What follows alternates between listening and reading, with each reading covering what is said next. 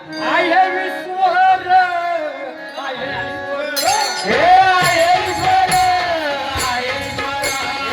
ईश्वर आहे ईश्वर आहे ईश्वर आहे ईश्वर आहे ईश्वर आहे ईश्वर आहे ईश्वर नऊ महिने पाया भरून गेला याचा आकार नऊ महिने पाया भरून केला याचा आकार आणि पंचतत्वाचे खांब बसवले त्यामध्ये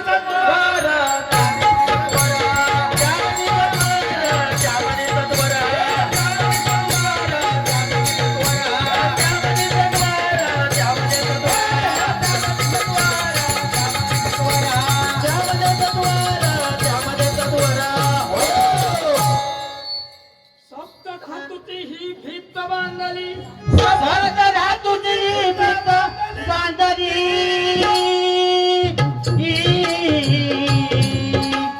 सप्त धातूची ही भित्त बांधली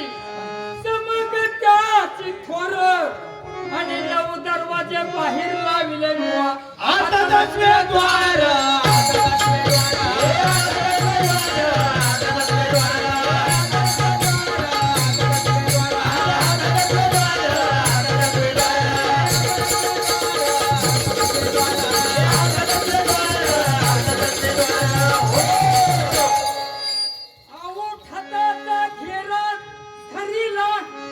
आऊट हाताचा खेळा धरिला पहा तप्तर या घरामध्ये मायावी वेशी शिरली जबर तिच्यामुळे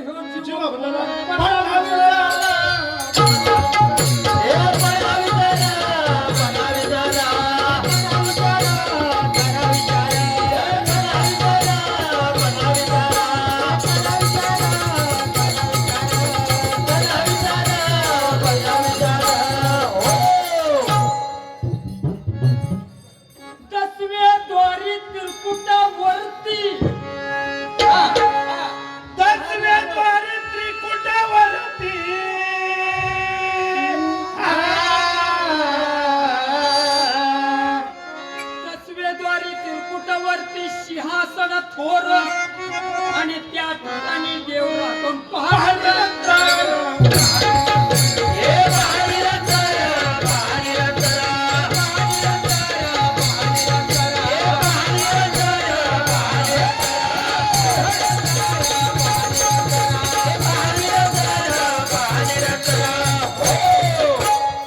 तस्वेद्वारे त्रिकुटावरती सिंहासन थोर त्या ठिकाणी देव राहतो पहा निरंतर दरवे तस्वेद्वारी जाण्यासाठी मार्ग असे दूर कसं माहितीये का तस्वेद्वारी जाण्यासाठी मार्ग असे दूर चार देहाच्या पायऱ्यावरून जावा तुम्ही वर तू सूक्ष्म कारण महाकारण आणि अति कारण म्हणजे तो पाचवा देह आणि त्या पाचव्या देहाच्या वरती सिंहासन आहे आणि त्या ठिकाणी देव राहतो आणि त्या देवाला जर पाहायचं असेल तर नामदेवानं कीर्तनातनं सांगितलंय ज्ञानेश्वर माऊलीनं गुह्य ज्ञान सांगितलं आणि त्याच्यामधून तो देव दाखवलेला आहे आणि त्या मार्गाने जर आपण गेलो तर तो निश्चित देवाचं दर्शन करण्याशिवाय राहणार नाही लिहून ठेवा बरं का हिराजी भावे भजतो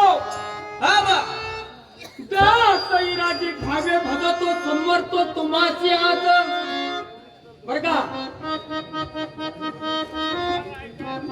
म्हणे हिराजी ऐका विनंती घ्यावी मनावर आणि त्या देवाला पाहण्यासाठी देहाला करा गुरु म्हणजे लवकर करा बर का हा सुंदर माझ्या